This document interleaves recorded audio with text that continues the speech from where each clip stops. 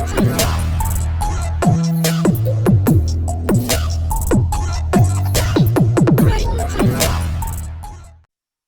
Friends, welcome back to my channel. ఇప్పుడు నేను చెప్పబోయే స్టోరీ కల్పనా నివాస్ పార్ట్ 2.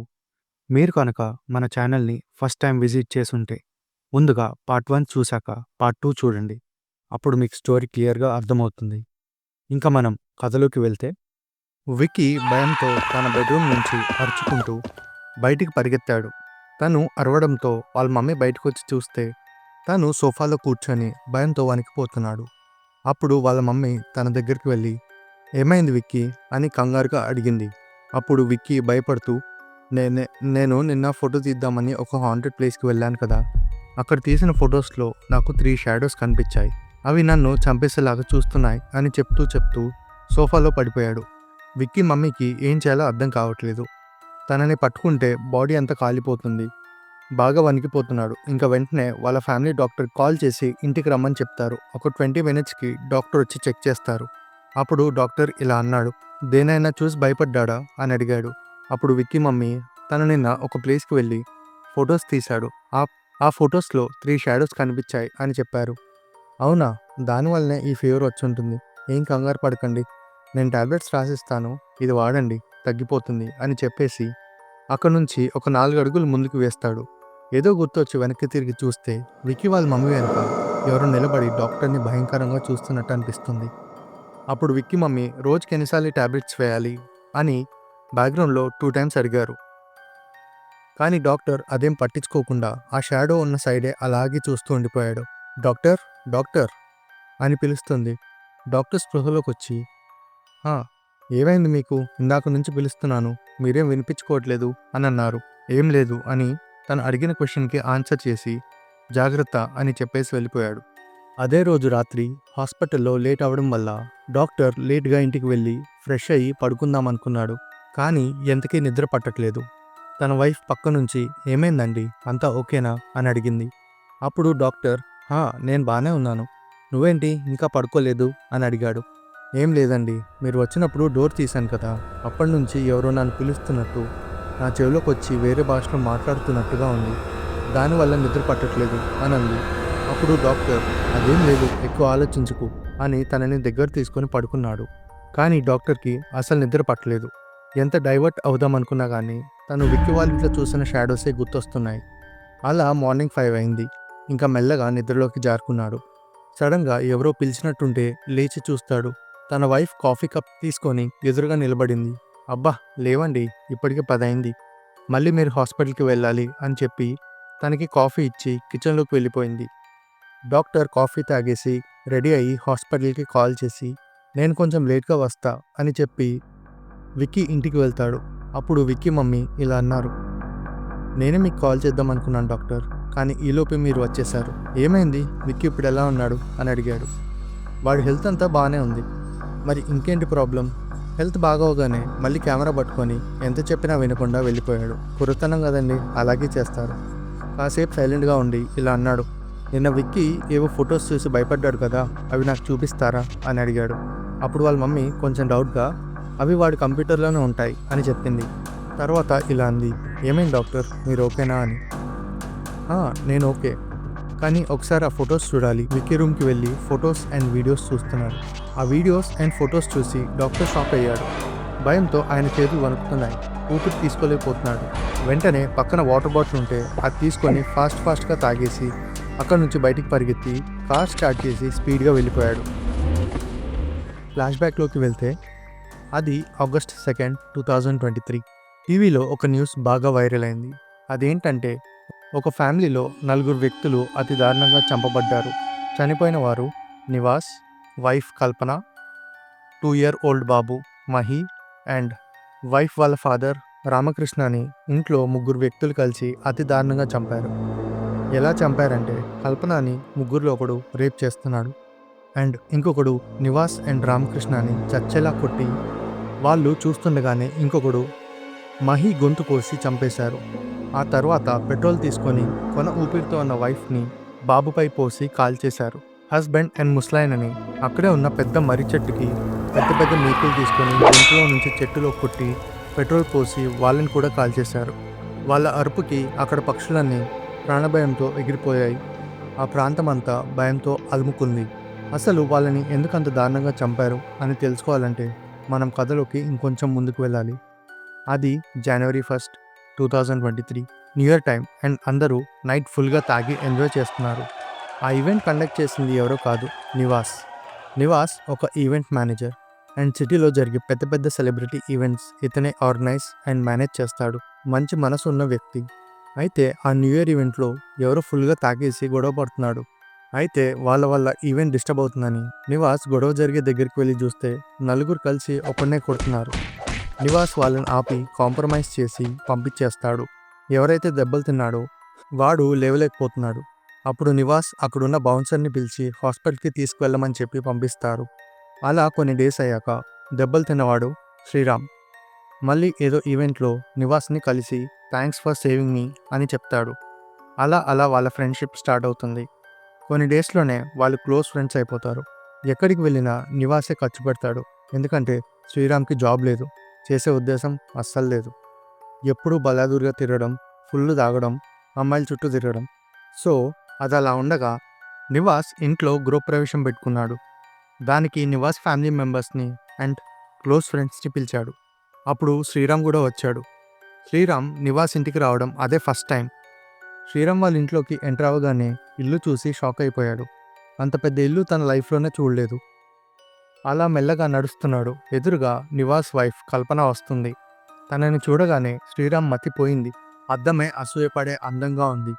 అప్పుడు శ్రీరామ్ మనసులో ఇలా అనుకున్నాడు, వీడికి ఇంత ఆస్తి అండ్ అందమైన వైఫ్ ఉందా, చా, దీన్ని ఎలాగైనా అనుభవించాలి అని కల్పనని కసిగా చూస్తున్నాడు. ఇంకా పార్టీ మొత్తం కంప్లీట్ అయ్యేసరికి నైట్ 3 అయింది. శ్రీరామ్ ఫుల్గా తాగేసి పడిపోవడంతో నివాస్ తన గెస్ట్ బెడ్రూమ్లో పడుకోబెట్టి తన బెడ్రూమ్కి వెళ్ళి పడుకున్నాడు.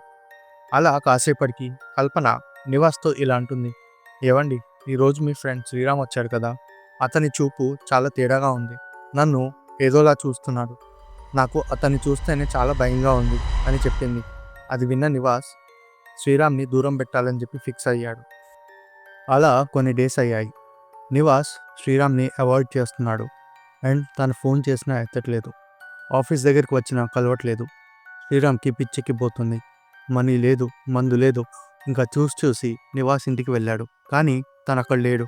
క్లయింట్ని కలవడానికి ముంబై వెళ్ళాడు అని తన ఇంటి సెక్యూరిటీ గార్డ్స్ చెప్పారు.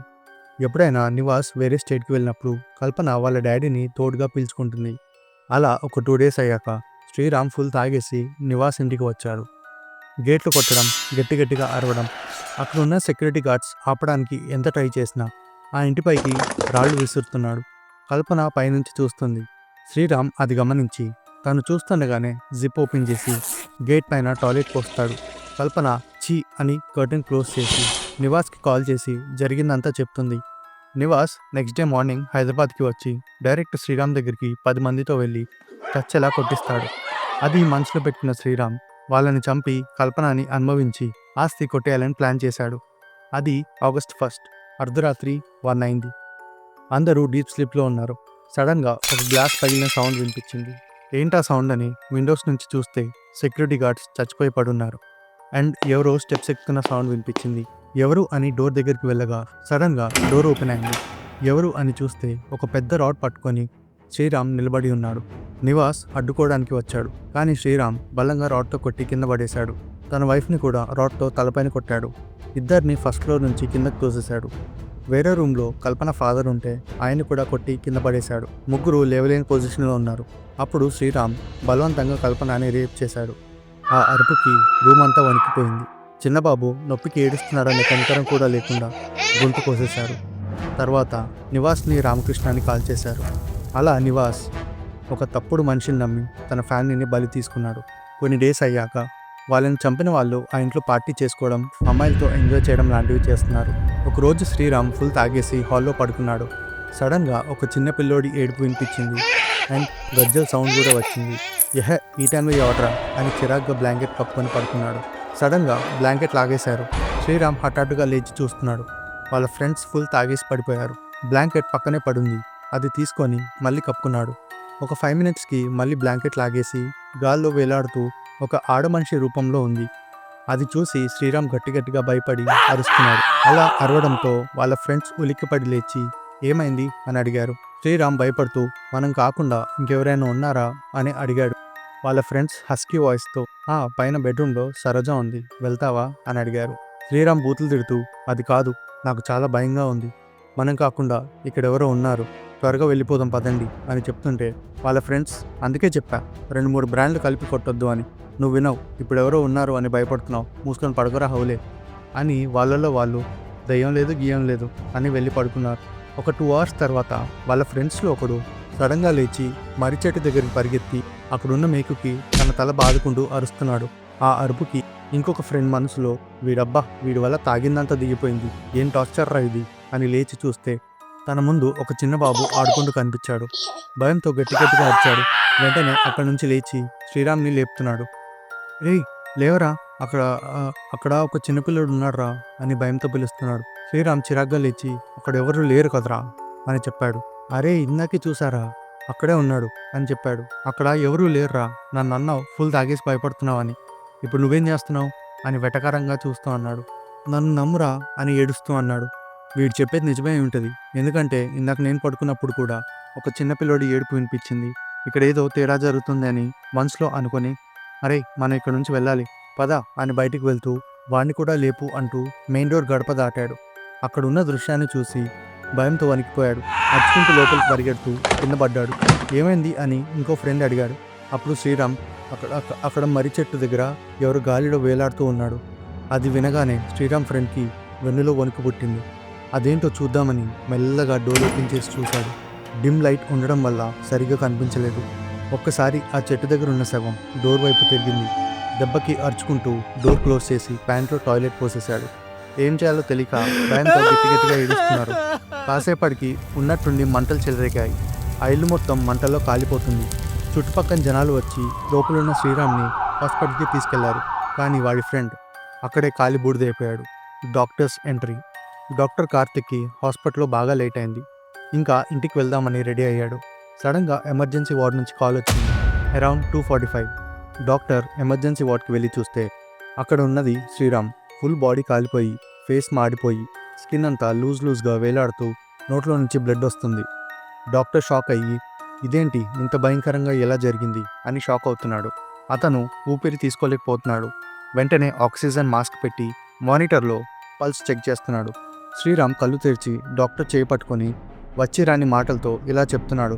ఆమె వచ్చింది, నన్ను బలి తీసుకుంటుంది, నాకు చావు తప్పదు, అది చంపే బదులు మీరే నన్ను చంపండి, ఇంకా ఏదో చెప్తూ అలాగే కన్నుమూశాడు.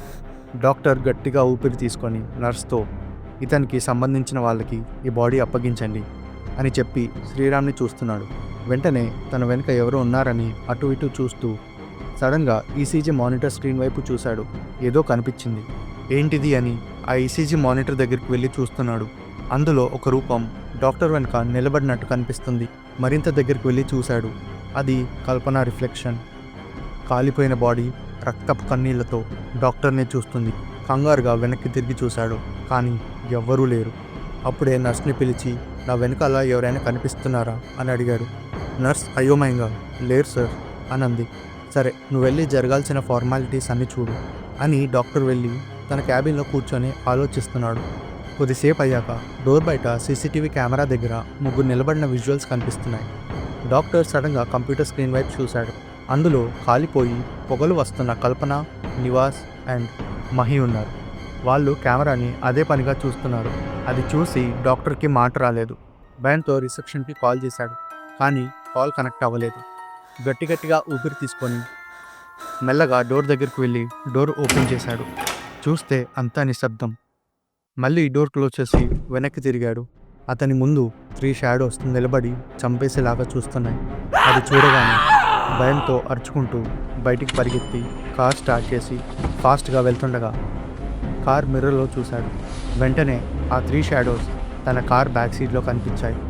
భయంతో ఒక చెట్టుకు వెళ్ళి గుద్దేశాడు. ఇంకా డాక్టర్ తలకి పెద్ద దెబ్బ తగిలి ఫుల్ రక్తంతో స్పృహ కోల్పోయాడు.